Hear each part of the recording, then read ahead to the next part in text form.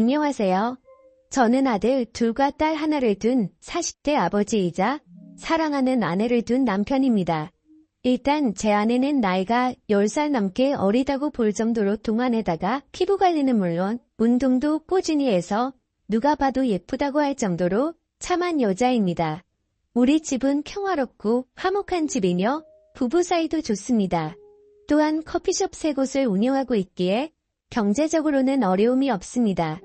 그러나 2년 전 평화롭던 우리 집에 청천벽력 같은 사건이 벌어졌습니다.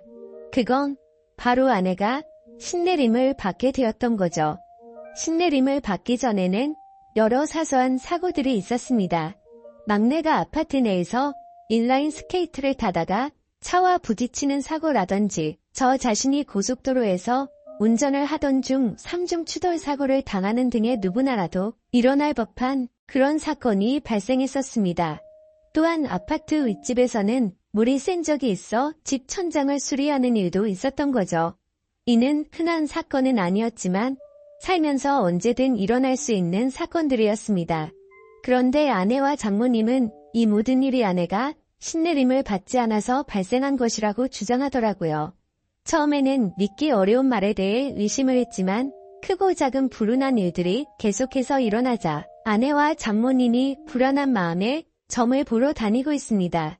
예전에는 아내에게 동자신이 와서 누름 굿을 한 적이 있었는데 그때는 이미 지나간 일이어서 별 다른 신경을 쓰지 않았습니다. 그러나 이번에는 무당을 찾아간 아내와 장모님이 들은 얘기에는 소름이 끼쳤습니다. 무당은 아내의 사주가 신내림을 받아야 하는 사주라고 말했습니다. 아내의 사주에는 원진살, 상문살, 형살, 백호살 등 흉한 부분이 많아 영매를 해야 하는 사주로 판단했다고 합니다. 또한 아내의 사주에는 여자 형제의 영혼이 깃든다는 축토와 6대조부 영혼이 깃든다는 경금이 있는데 이런 경우는 본인이 무병이 생겨 흉한 일을 겪을 수도 있고 본인이 흉한 일을 겪지 않으면 다른 가족에게 영향을 미쳐 다른 가족이 다치거나 죽어나 한다고 했습니다. 무당은 신내림을 받아야 하는 사주를 가진 사람이 신내림을 받지 않는다면 신을 부정하고 노하게 만드는 일이라며 그로 인해 좋은 신이 악하게 변해 주변 사람을 치고 다닌다고 설명했습니다. 따라서 신내림을 받을 때까지 불운한 상황을 계속 당하게 되고 사람이 죽어나가는 것이라고 말했습니다. 우리가 몇 개월 사이에 이런 사고를 겪은 것도 다 이런 이유 때문이라며 끝까지 신내림을 받지 않고 버티면 이것은 단지 시작에 불과하며 앞으로 다가올 큰 일을 감당할 수 없을 것이라고 강조했습니다. 그러나 신을 받아들이고 인정하면 현재의 가정이 깨지지 않고 신을 모시며 일상생활이 계속 가능하다고 말했습니다. 그렇지 않으면 앞으로 무슨 일이 일어날지는 아무도 모른다고요. 처음에는 말도 안 되는 소리라고 했지만 듣고 보니 마음이 흔들렸습니다. 그리고 무엇보다 나중에 안 좋은 일이 계속 닥친다면 지금 이 얘기를 듣고 그냥 웃으면서 제 자신이 너무나 원망스러울 것 같았습니다. 말도 안 되는 미신이다. 그럴 리가 없다. 사람 앞 일은 자기 하기 나름이다. 수도 없이 생각했지만 문득 아무리 노력해도 풀리지 않았던 일들이 떠오르면서 어쩌면 그게 운명이고 그들이 말하는 사주팔자일지도 모른다는 생각이 들더군요. 제가 선뜻 결정을 내리지 못하자 장모님이 그러시더군요. 무당 말 무시해서는 안 된다고요. 아무리 그 사람들 말이 믿어지지 않아도 그 사람들은 접신한 사람들이라고 영적인 존재를 부정할 수도 없는 일이라고 했습니다. 쉬운 선택은 아니겠지만 결국 한 번은 거쳐가야 할 일 아니겠냐고요. 신내림을 받고 산속으로 들어가서 무당이 되려는 것도 아니고 가정 깨지지 않고 일상적인 생활이 가능하다고 하니 한 번만 믿고 내린 굿을 받아보자고 했습니다. 물이 엎질러진 후에는 후회해도 소용없는 일이라고요. 들어보니 장모님 말씀도 완전하게 틀린 말씀은 아니다 싶었습니다. 그게 사실이든 아니든 일단은 안 좋은 일이 생길 수 있다니 그것 맞고 보자 싶었지요.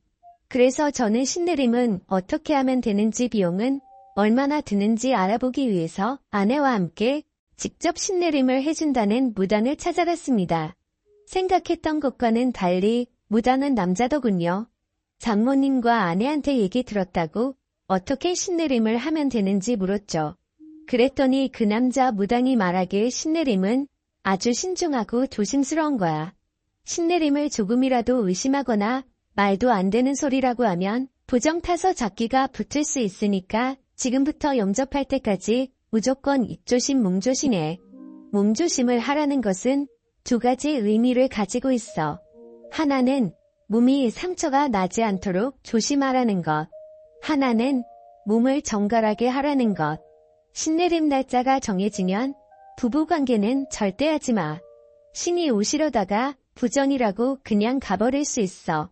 그리고 신내림 굿은 날짜 잡힌다고 바로 할 수 있는 게 아니야.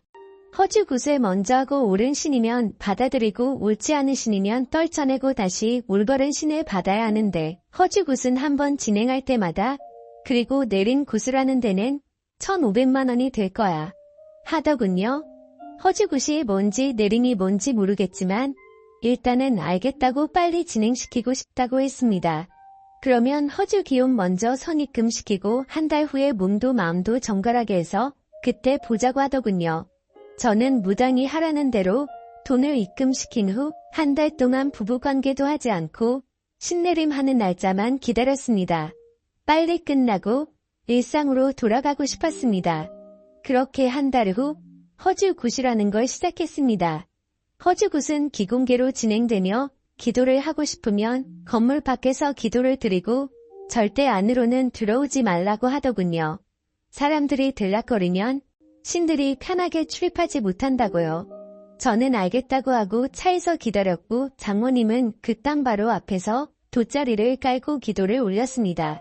아내는 평상복이 아닌 하얀 한복 같은 것으로 갈아입고 허주굿을 하러 들어갔는데 3시간이 걸려도 안에서 나올 생각은 않는 겁니다. 그래서 장모님한테 가서 왜 이렇게 안 나오냐고 원래 이렇게 오래 걸리는 거냐고 했죠. 그랬더니 그때 상황에 따라 다르지 않겠냐며 아무래도 일이 잘 안 풀리는 것 같다고 장모님은 더 열심히 기도를 올리셨습니다. 저는 도대체 저 안에서 무슨 일이 일어나는지 궁금했습니다. 어떤 때는 방울소리 같은 것이 요란하게 났다가 어떤 때는 주문을 외우는 듯한 소리가 들렸다가 또 갑자기 조용해지기도 하길래 그 안에 한번 들여다보려고 하다가 관뒀습니다. 혹시나 저 때문에 부정 탔다고 할까 봐서요. 저는 굿이 끝나기만을 기다리며 차에 앉아 있었죠. 그렇게 굿을 시작한 지 5시간쯤 지났을까? 아내가 기진 늑진한 듯 나오더군요. 그런데 그 무당이 아내한테 물을 뿌렸는지 아내가 물에 들어간 것인지 온몸이 흠뻑 젖어 있었고 아내 몸에는 보기 민망할 정도로 겉으로 드러나 있었습니다. 저는 아내가 그러고 있는 게 민망해서 왜 이렇게 옷이 젖어 있냐고 했더니 신이 잘 오지 않는다면서 그 무당이 계속 물을 뿌렸다고 하더군요. 그 또 참 덜나게 한다 싶었습니다. 저는 일단 아내 보고 차에 들어가 있으라고 말하며 차로 보내고 그 남자 무당을 만나러 갔습니다. 어떻게 됐냐고 물었죠. 잘 끝났냐고요. 그랬더니 이 남자 무당이 혹시 오기 전에 부정 타는 짓 했냐고 묻더라고요.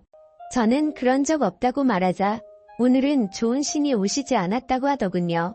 그래서 제가 무슨 소리냐고 시키는 대로 다 했고 한 달간 부부관계도 안 했다고 무슨 부정이 탔느냐고 했죠.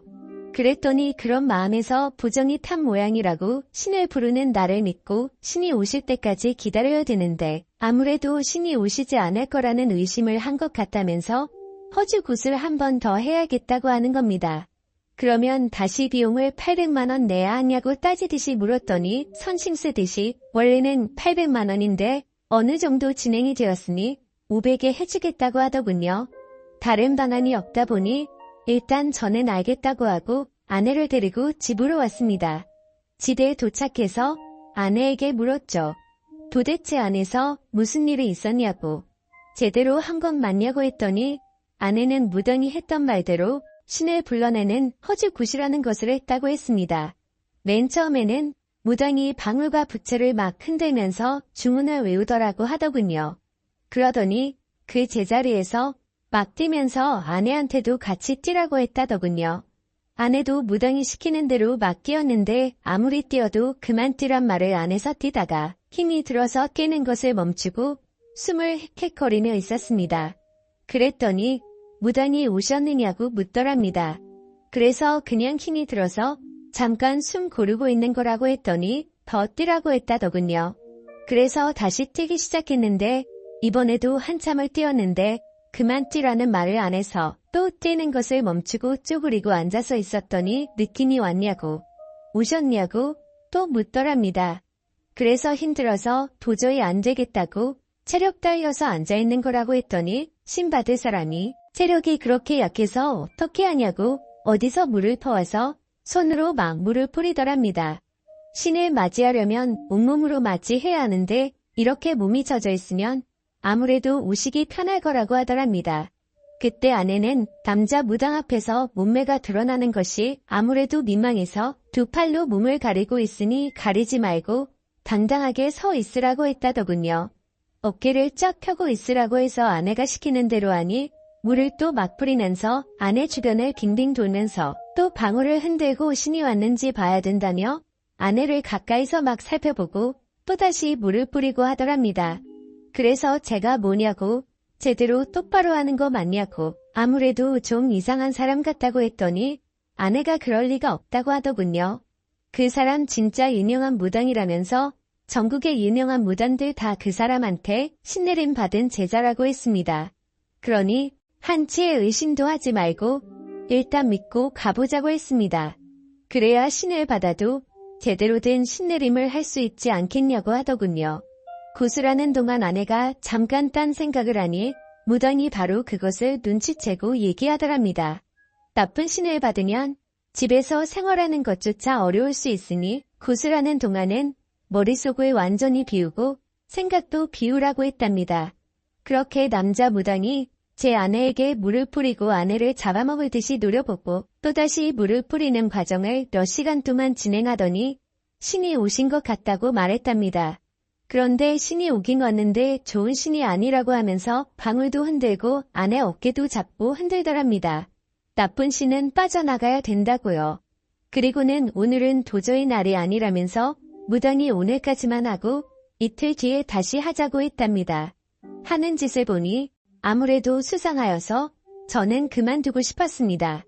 그래서 장모님을 찾아 뵙고서 이 사람 좀 이상한 것 같다고 아무래도 그만해야 할 것 같다고 하니 이미 신이 한 번 왔기 때문에 여기서 그만두면 평생 지옥을 걷듯 고통스러운 길을 걷게 된다면서 절대로 그만두면 안 된다고 하시더군요.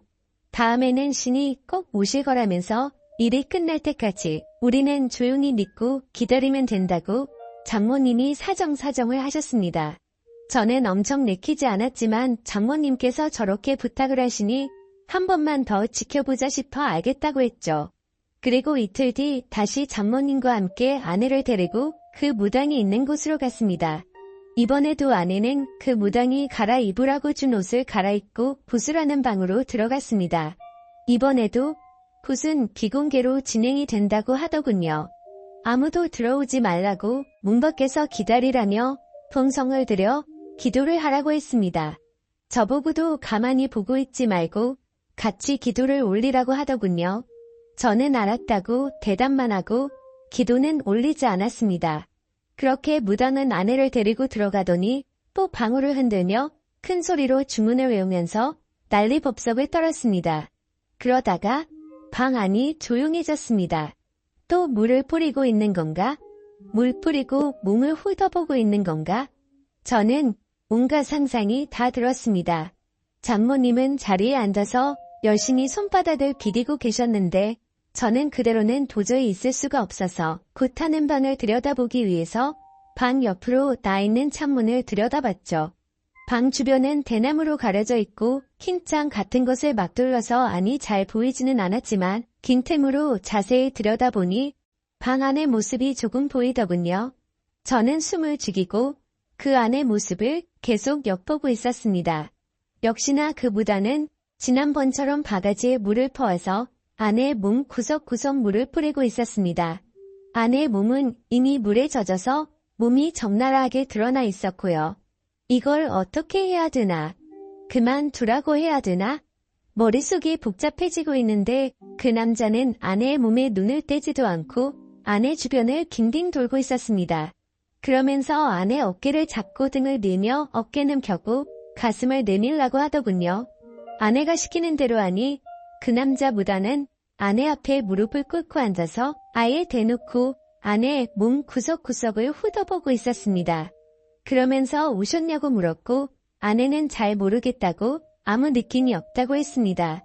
그랬더니 그 남자 무단은 머릿속을 기우고 마음을 편히 먹으라면서 아내를 어루만지며 손으로 천천히 쓸어내리고 있었습니다. 아내 몸에 손을 대는 걸 보니 정말 미칠 것 같았습니다. 저는 당장이라도 그만두라고 소리치려고 하다가 아무래도 하는 짓이 수상해서 동영상을 찍어두었습니다. 아내가 진짜 신내림을 받아야 하는 사람이라면 이런 식으로 신내림을 받는 게 맞는지 다른 무당한테 가서라도 물어볼 작정이었지요. 저는 잘 보이지도 않는 방안으로 휴대폰 카메라를 켜서 동영상을 찍고 있는데 갑자기 아내가 꺄 소리를 질렀습니다. 저는 놀라서 다시 아내를 자세히 들여다보니 아내가 입은 윗저고리가 벗겨져 어깨를 다 드러내 놓고 있었습니다. 그리고는 그 무단은 아내의 어깨 위에 다시 물을 뿌리기 시작하더군요. 그러면서 그 무단은 아내가 입고 있는 한복 치마 저고리에 리듭을 확 풀었습니다.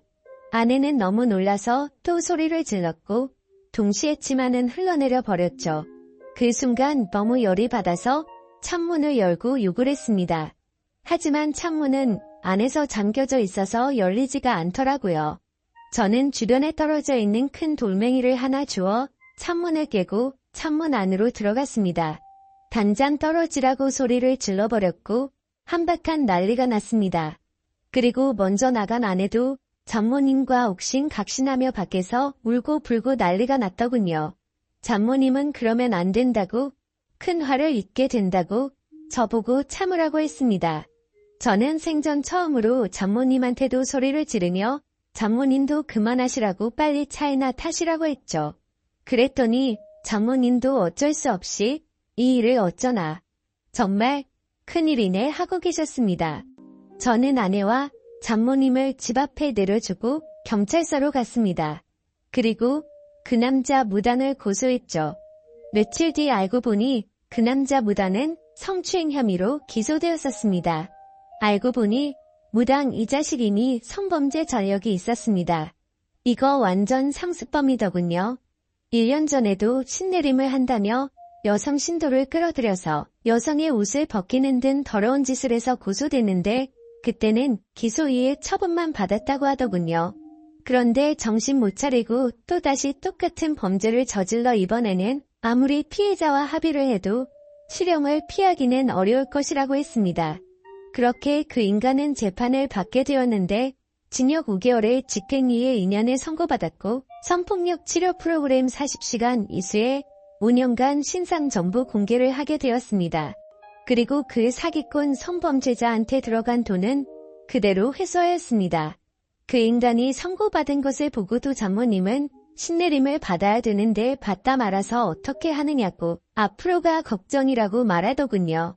그래서 제가 장모님한테 저런 사기꾼이 하는 말을 믿냐고 신내림은 무슨 신내림이냐고 여자 꼬셔서 어떻게 하려고 하는 더러운 놈이니까 신내림이니 뭐니 그런 말 신경 쓰지 말라고 했죠. 우리 집에 아무 일도 안 일어난다고 말했습니다. 제가 그렇게 열을 올려 열변을 토하듯이 얘기를 하니 장모님은 알겠다고 대답은 했지만 여전히 안절부절 못하시는 것 같았습니다. 그때 그 일이 있고 나서 지금 2년이 지났지만 제가 운영하는 커피 전문점은 여전히 잘 되고 있고 그 무단 놈이 얘기한 가시 밭길이나 지옥 같은 고통은 아직 전혀 없습니다. 앞으로도 당연히 없을 거라고 생각합니다. 이번 일로 크게 깨달았죠.